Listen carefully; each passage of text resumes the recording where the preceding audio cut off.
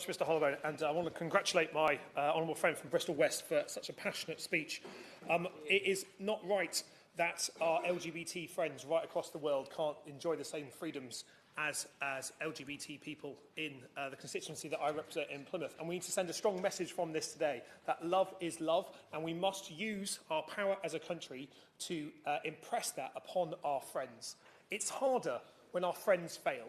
It's harder when we have to have difficult conversations with people where we share a common bond, but on this we absolutely must, because our values do not stop at our borders. And I say that as a gay man, someone who's proud to be out, because I think we have an extra responsibility to make sure that people know that whether you are LGB or T, or whether you are straight, doesn't matter, then you deserve human rights wherever you are. Now, I've asked the Ministry of Defence in a written question about what advice has been given to UK forces that are stationed at British Forces Brunei to make sure that there are no consequences for LGBT serving UK personnel in Brunei. And I'd be grateful if the Minister could perhaps reflect on that in his remarks. But we need to be aware that actually rollback of LGBT rights is something that can happen.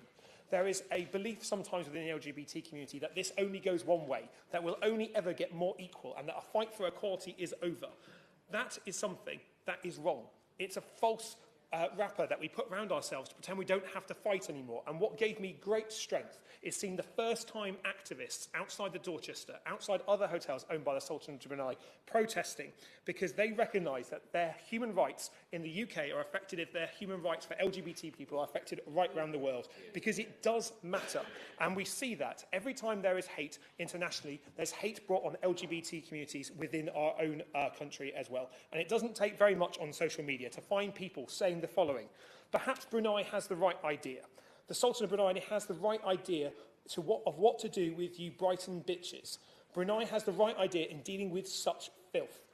Mr Holloway, the hate that we see engendered in those laws that my honourable friend from Bristol West has spoke so passionately about is something that empowers people that want to divide, that want to peddle hate in our own country as well. That's why our determination to fight such cruel punishments for simply being LGBT with our friends and allies abroad must be matched by our commitment to do so at home as well, because we must be clear that there is no place for this type of hate, whether you're in the UK or around the world.